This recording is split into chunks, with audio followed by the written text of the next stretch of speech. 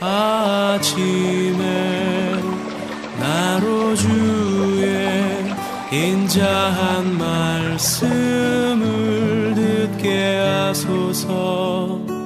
내가 사랑하는 성도 여러분, 안녕하십니까? 수요일입니다.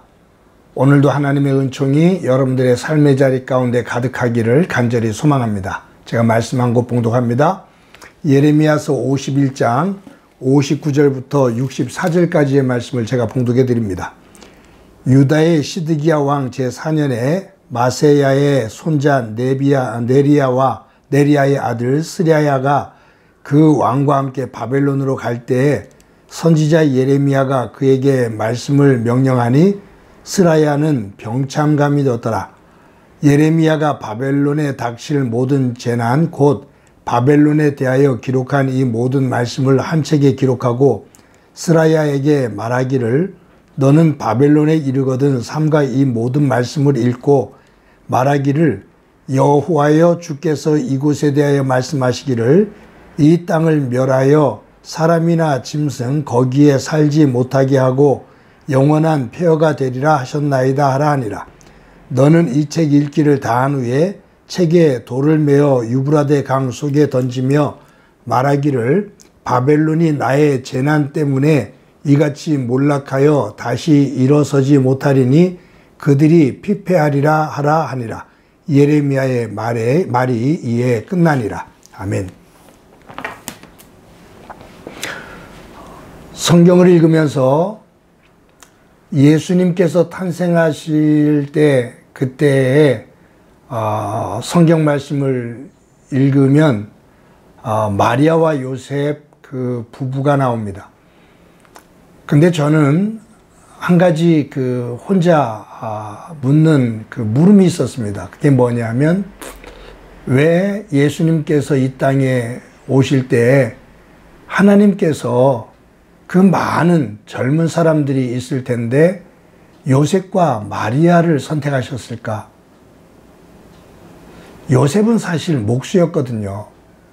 그 당시에 굉장히 평범하지도 못한 그러한 사람이었습니다. 마리아도 이 성경을 이렇게 읽다 보면 그는 가난한 집안의 처녀였습니다.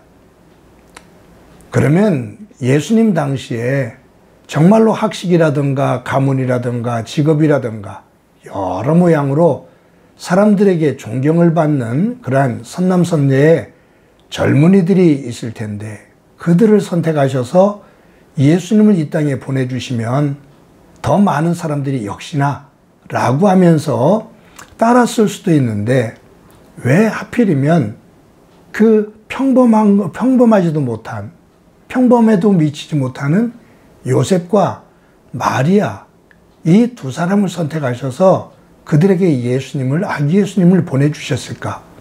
그 이유가 무엇일까? 생각해보고 또 질문도 해보기도 합니다. 근데 성경을 읽다 보면 마태복음과 누가복음에 그러한 내용들이 나오는데 요셉도 마리아도 일반 사람들이라면 순종할 수 없는 그 상황 속에서 순종합니다. 하나님의 말씀에 순종할 수 없는 상황 속에서도 두 사람은 순종합니다. 각각이 순종합니다. 하나님에게는 가문도 직위도 지식도 명예도 권력도 그 무엇도 필요한 것이 아닌 하나님께서 필요로 하시는 사람은 하나님께서 원하시는 자리에 설 수 있는 순종의 사람이었습니다. 요셉과 마리아는 하나님의 말씀 앞에 순종하는 사람이었다 그 말이에요. 오늘 본문에 보면 스라야라는 사람이 나옵니다. 시드기야 왕 때 신하였습니다. 근데 이 예레미야가 이 스라야라는 이 사람을 통해서 바벨론이 멸망한다는 그 기록을 기록하게 해요. 하나님께서 들려주시는 말씀을 이 스라야에게 기록하게 해요. 그리고 스라야에게 말하기를 네가 시드기야 왕과 함께 바벨론에 갈 기회가 있게 되는데 그때 시드기야 왕을 모시고 바벨론에 가면 바벨론을 멸망시킨다고 말씀하신 하나님의 말씀을 거기서 외치라. 그리고 이 기록한 말씀을 유브라데 강에 빠뜨리라 라고 말합니다. 그때 이 스라야가 그 말씀에 순종을 해서 이 말씀을 기록하고 시드기야 왕을 모시고서 바벨론에 갔을 때 이와 같은 일을 해요. 여러분, 이거 대단한 거거든요. 사실 바벨론을 들어서 이스라엘을 멸망시켜요. 최고의 강대국이에요. 근데 이 스라야라는 사람이 예레미야의 말을 듣고 말씀을 기록하고 그 말씀대로 바벨론에 가서 말씀을 낭독해요. 그 바벨론이 멸망한다는 이야기를 바벨론에 가서 이야기해요. 대단한 거죠. 그런데 이 말씀을 읽다 보면 우리가 한 가지 연결시키는 것이 오늘 59절에 그 말씀이 나와서 연결이 되어졌던 건데, 예레미야가 전하는 말씀을 기록해서 또 전달했던 바룩이라는 사람이 있었습니다. 예레미야서 32장 12절에 보면 이렇게 기록되어 있거든요.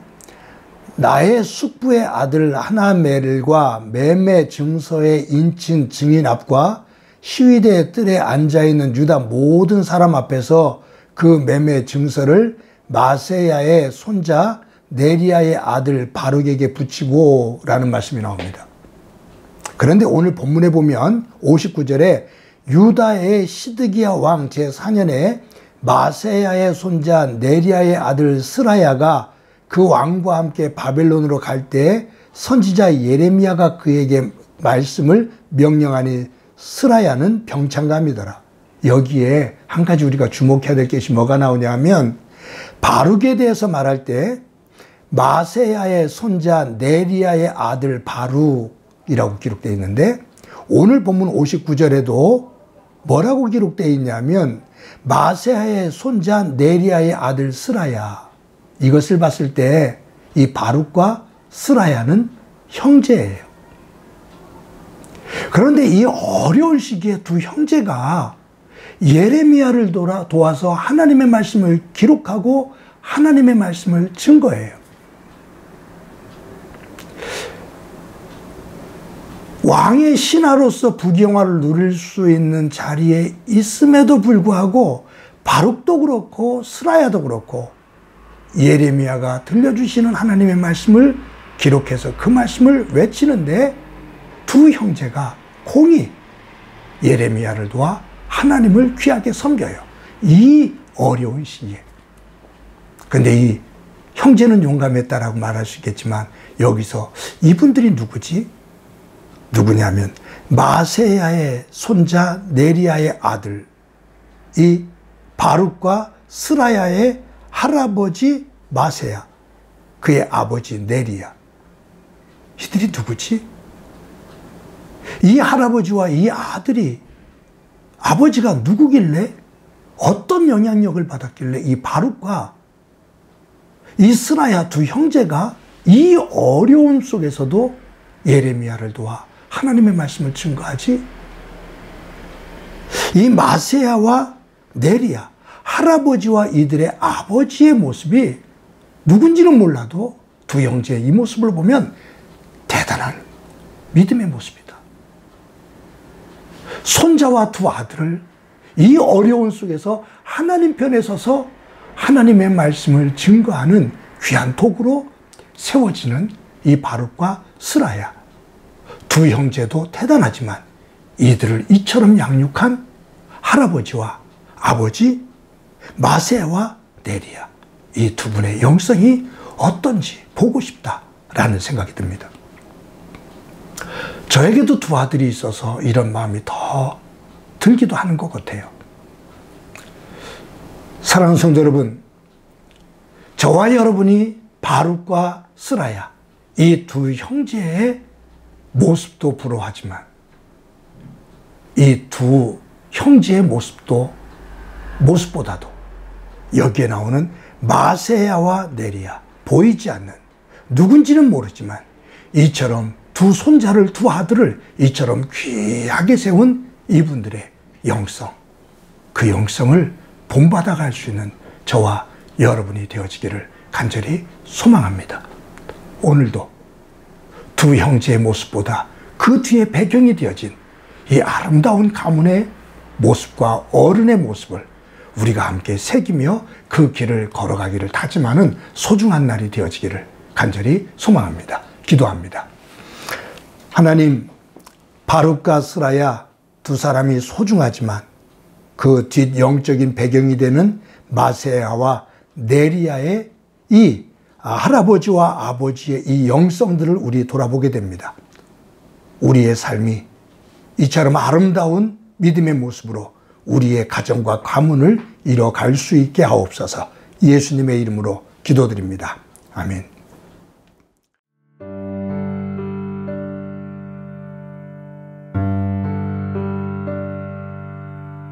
깊은 겨울 새벽녘 아직 사방은 어두운데 밤새 식은 전동 휠체어 내 어머니 새벽 시골길 따라 어머니 가시는 그 길 언덕 위에 내 고향 예배당 우리 아이 바르게 이 길 잘 가기를 참되고 행복하기를 그분의 기쁨 되기를 일찍 서둔 착한 사람들 사이 어딘가 내 어머니의 기도 소리 아침처럼 피어나리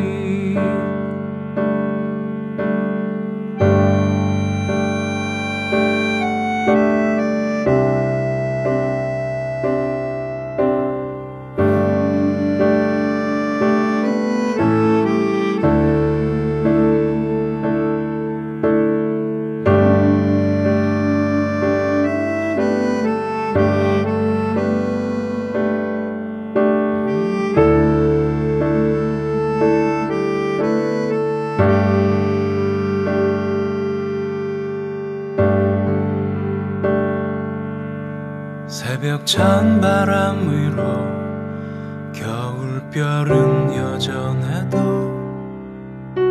늘 그 자리 어머니 기도 소리 우리 아이 바르게 이 길 잘 가기를 참되고 행복하기를 그분의 기쁨 되기를 일찍 서둔 착한 사람들 사이 어딘가 내 어머니의 기도 소리 아침처럼 피어나리